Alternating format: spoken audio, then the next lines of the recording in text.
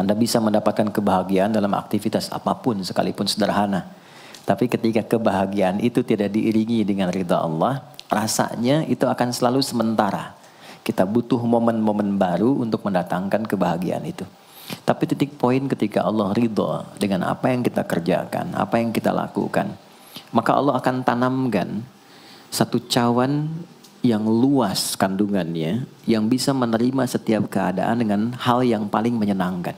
Apapun yang kita lihat selalu nyaman. Yang kita dapati, kita ridha dengan apa yang Allah berikan. Keadaan itulah yang oleh Nabi itu diungkapkan dengan komen yang sangat simpel tapi dalam isinya. Kata Nabi, ajaban diambil mukmin. Orang beriman itu kalau benar imannya, maka kehidupan itu mengagumkan. Bila dia mendapatkan kesuksesan, dia iringi dengan kesyukuran. Sehingga sifatnya tetap proporsional. Dia sukses tapi ada keseimbangan dengan syukur. Sehingga tidak berlebihan menyalurkan kesuksesannya itu. Dan dengan sifat berlebihan itu hanya memberikan beban pada dirinya. Saya pernah sampaikan kan, di kesuksesan itu identik dengan gaya hidup. Rumus gaya di fisika itu kan selalu F1 banding lurus dengan F2. Apa yang didapat itu yang keluar. Tapi orang tidak boleh lupa bahwa F itu selalu berbanding lurus dengan P. Gaya berbanding lurus dengan tekanan, hukum Pascalnya. Semakin banyak gaya, semakin tertekan hidupnya. Itu bandingan nilai kehidupannya. Nah, jadi gaya itu diperkenankan. Karena itu bagian dari energi. W sama dengan F dikalikan S. Hukum energi kan begitu. Jadi hidup nggak mungkin kalau nggak ada energi. Tapi energi yang terbaik itu akan dihasilkan membawa kesuksesan kebahagiaan ketika ridha Allah tertanam. Saat dia sukses, dia bersyukur sehingga proporsional. Saat dia merasakan duka pun dia nyaman karena punya sabar. Nah, sabar itu mahal. Di Jepang ada banjir, itu bisa minta maafnya luar biasa, tak tahan dia bunuh diri. Di kita banjir bisa berenang. Itu gambaran. Cuma kalau nggak seimbang repot juga. Nah, membangun keseimbangan itu butuh konektivitas yang kuat dengan Allah. Konektivitas itulah yang dalam bahasa agama disebut dengan sholat namanya. Ya. Di pertemuan lalu kita sudah mencakup beberapa bagian dari sholat itu. Tapi saya ingin tekankan sedikit untuk menguatkan. Sholat berasal dari kata wasala atau silatun. Dasarnya kata wasala yang berarti terkoneksi dengan kuat. Terhubung dengan erat. Kita pernah dengar istilah silaturahmi kan? Ya kan? Kalau kita kumpul, bahasa kerennya saya mau silaturahmi kan? Tapi goalnya tercapai nggak? Ya, silaturahmi itu kan dari kata silah. Terhubung dengan erat, rasa sayang dan perhatian. Sehingga parameternya itu bukan saat datang.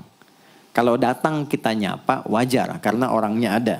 Tapi kalau berpisah kita masih ingat, masih peduli, masih mendoakan, masih ngontak, itulah silah namanya. Di setiap keadaan kita masih terkoneksi. Keadaan kita yang terhubung dengan Allah. Sehingga di setiap tempat kita diperhatikan. Di pekerjaan kita dibimbing. Di rumah tangga kita diiringi. Sehingga semua berjalan mudah dan membahagiakan. Yang melatih kita untuk terkoneksi sehingga nggak putus dengan Allah, itulah yang disebut dengan sholat. Sehingga goal dari sholat itu adalah membangun konektivitas kita dengan Allah yang kuat. Itu yang dimaksud di Quran surah keempat An-Nisa di ayat 103. فَإِذَا قَضَيْتُمُ الصَّلَاةَ maka jika anda telah tuntas mengerjakan sholat, فَاذْكُرُوا اللَّهَ. Ukuran keberhasilan sholat anda itu ketika anda merasakan konektivitas dengan Allah mulai nyambung. Qiyaman, jalannya ingat Allah. Sehingga kalau orang jalan, bekerja di apapun, saat dia ingat Allah, dia bisa memfungsikan tubuhnya sehingga tidak mengerjakan apa yang Allah tidak sukai. Gak akan mungkin anda melihat sesuatu yang tidak Allah senangi dalam keadaan yang sama anda ingat Allah. Gak akan mungkin melangkah pada tempat yang salah saat ingat Allah. Dan itu tidak mudah, karena banyak orang keluar masjid pun setelah selesai sholat, masih tertukar sendal. Padahal kalau dia ingat Allah, nggak mungkin itu terjadi. Itu pelajaran dasarnya. Wa qu'udan wa ala junubikum. Baik itu duduk, bahkan sampai berbaring. Ada koneksi. Nah jadi, singkatnya, sholat itu semua gerakannya, semua bacaannya, Dari mulai kita bertakbir sampai kita salam, bacaan yang mengiringi, itu bukan sekedar gerakan hampa makna, formalitas kita bergerak dan berakhir, bukan sekedar membaca bacaan yang tidak ada isinya, tapi semua bimbingan bagaimana kita diajarkan langsung oleh Rasulullah bisa mengoneksikan lewat gerakan dan bacaan itu tersambung kepada Allah, sehingga feedbacknya semua apa yang kita bacakan dijawab oleh Allah. Semua gerakan yang kita lakukan ini hakikatnya bimbingan tentang inti kehidupan kita. Jadi di sholat itu ada bacaan, ada gerakan, ada hikmah, ada maknanya semua. Jadi bukan kita takbir begini hampa saja. Tidak. Kenapa mesti begini? Kenapa tangan yang kanan menutup yang kiri? Kenapa bacaannya setelah itu ada iftitah, ada al-fatihah? Itu ada maknanya. Dan dahsyatnya semua profesi-profesi sahabat dan generasi setelahnya yang belajar dengan benar tentang sholat ini, itu semua merubah hidupnya jadi lebih sukses dari apapun yang mereka pilih dalam menjalani hidup. Dan yang paling hebat, itu yang menjadikan Nabi mendapat perintah pertama bukan zakat, bukan haji, bukan umrah, bukan puasa, tapi sholat. Dan perintahnya khusus, spesial, disampaikan dalam peristiwa Isra Mi'raj untuk memberikan pesan begitu tingginya nilai sholat ini untuk kehidupan manusia. Mohon izin maaf bagi teman-teman yang baru bergabung, supaya tidak banyak mengulang, teman-teman bisa cek kembali di pelajaran sebelumnya. Kita kemarin telah selesai di pembahasan iftitah dengan tangan kanan meletakkan di punggung yang kiri, lalu kemudian diletakkan di atas dada seperti ini. Kesimpulannya adalah, saya cepat saja, dari mulai kita bertakbir, kalau ingin terkoneksi dengan Allah, maka fokuskan diri kita untuk tersambung. Buang urusan dunia semua ke belakang. Jangan bawa dalam sholat. Kalau ingin kita tersambung dengan Allah, tepikan yang lain, hadapkan diri kita, pasrahkan. Hanya Allah yang tinggi, yang agung, yang istimewa. Kalimat agung, tinggi, istimewa, itu disebut dengan akbar. Maka kita ucapkan Allahu Akbar. Kita buang semua urusan dunia ke belakang, pasrahkan diri kita, hadirkan sekarang hanya Allah yang agung saja. Itu poinnya. Kenapa problemnya tidak sedikit orang sholat itu sulit menemukan kekhusyuan? Karena dia bertakbir masih membawa dunia. Dia tidak sholat dengan memahami gerakan takbirnya. Dia jadikan sebagai formalitas. Apakah benar? Secara fikih benar. Gugur kewajiban, dapat pahala sesuai keikhlasan, tapi value dari sholat yang mahal itu nggak dapat. Itu poinnya. Buang semua urusan dunia, kemudian tambatkan diri kita hanya kepada Allah. Dan uniknya kata Nabi, di fase itulah setan mulai bertugas yang mengganggu kita, supaya kita tidak fokus untuk memahami dan melakukan apa yang kita baca dan kita gerakan. Ada setan khusus menggoda orang sholat, namanya khanzab. Nanti ada 9 jenis setan yang detil tugasnya itu berada di sekitaran kita. Mungkin satu kali Mas Baim kita belajar tentang fikih setan. Belum pernah ada kan ya? Anda kalau kesini cuma tahu jalan yang lurus, nggak tahu macetnya, nggak tahu lubangnya, sulit menghindarinya. Kebanyakan orang belajar tentang malaikat, tapi nggak belajar setannya. Sehingga nggak tahu setan apa yang sedang memprovokasi dirinya. Di Quran, malaikat disebutkan 88 kali, setan disebutkan 88 kali. Kalau kita cuma dengar motivasinya, nggak tahu provokasinya, kita nggak tahu bagaimana cara menghindari yang ini. Itu poinnya. Khanzab itu, dia menggoda orang sholat, dimulai dari takbir. Jadi kalau belum takbir, Anda bisa merasa fokus apa saja. Nggak percaya silakan. Sebelum takbir tuh bisa siap fokus. Tapi begitu Anda mulai bertakbir, di hadis riwayat Abu Daud, Allahu Akbar, fayaqulu syaitanu. Maka di sini setan mulai tugasnya untuk mengganggu orang supaya nggak dapat nilai-nilai tadi. Maka dia berkata, udhkur kadza. Kamu ingat ini ya, kamu ingat itu ya.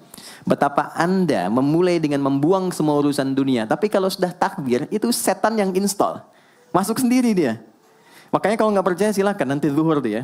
Begitu Anda takbir, itu masuk semua. Ingat ini, ingat itu, mobil parkir di mana. Sampai ceramah saya sekarang pun itu akan masuk.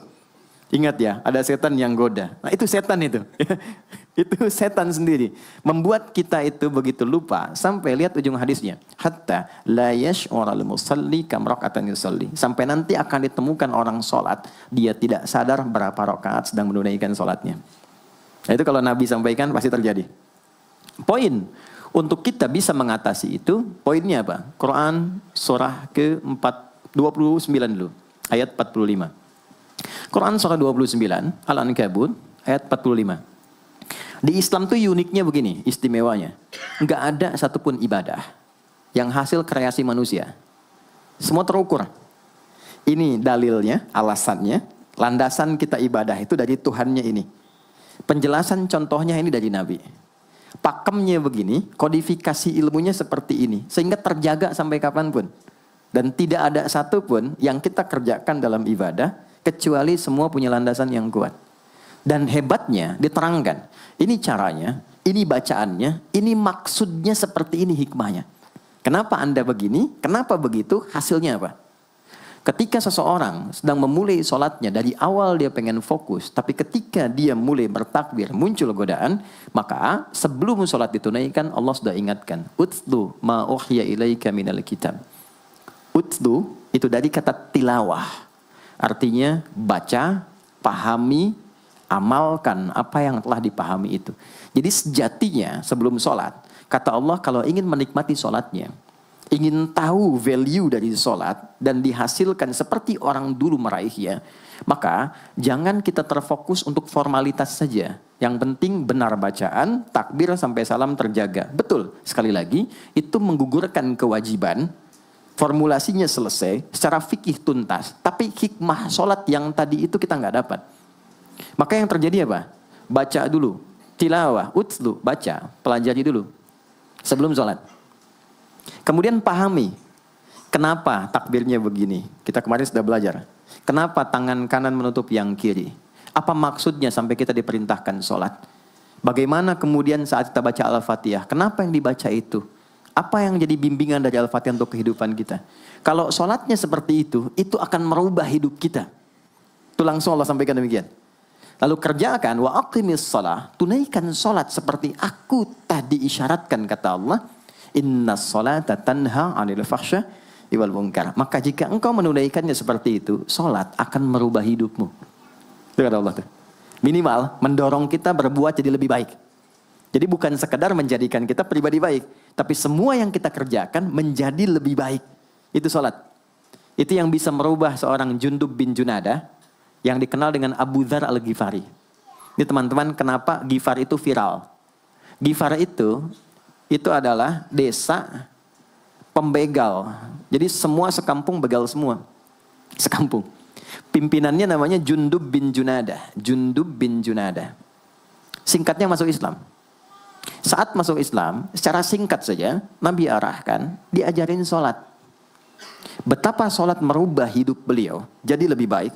Kembali ke kampungnya, mengajarkan, singkatnya apa? Madinah heboh dengan kedatangan tapak kaki, yang ternyata itu orang-orang Ghifar. Sekampung kurang lebih masuk Islam, dan berubah jadi orang baik semua. Merubah hidup mereka. Jundub orang sukses, setelah itu jadi ustadz. Ini mungkin yang menginspirasi judul preman jadi ustadz. Ini tadinya pembegal. Pembegal semua. Sekampung sukses, jadi orang baik, aktivitasnya berubah, lebih berkualitas. Untuk memberikan inspirasi ke generasi masa depan. Bahwa kami dulu pernah begini, dengan sholat kami berubah, kesuksesan kami raih, maka diviralkanlah nama daerahnya. Tambahkan al di depannya, ujungnya tutup dengan i. Maka dilekatkan nama bekennya, kunyah namanya Abu Dzar. Abu Dzar Al-Ghifari. Al-Ghifari itu untuk memberikan kesan begini. Saya ini dari Ghifar. Itu kampung jelek, desa tempat pembegal, tapi Islam merubah. Saya menjadi lebih baik. Sholat mengarahkan saya punya kualitas hidup yang lebih baik. Itu poinnya. Sejak peristiwa itu, orang-orang Islam dari manapun yang bukan Arab, itu selalu melekatkan nama daerahnya untuk mengenalkan. Islam pun sudah sampai ke tempat saya. Buktinya saya menjadi baik. Ada namanya Muhammad, punya bapak namanya Ismail, punya kakek namanya Ibrahim, kakek buyutnya Al-Mughirah, eyang buyutnya Al-Bardizbah, tinggal di kecamatan Ju'fah, kabupatennya Bukhara, provinsinya Khorasan, negaranya Uzbekistan sekarang. Maka karena dari Bukhara, dia kenalkan diri, datang ke daerah Arab, saya dari Bukhara. Rumus yang sama, tambahkan al di depannya, ujungnya i. Maka dia katakan, Ana Al-Bukhari. Itulah Imam Al-Bukhari. Bukan orang Arab. Kita punya guru besar Syekh Nawawi dari Banten. Ana Nawawi Al-Bantani.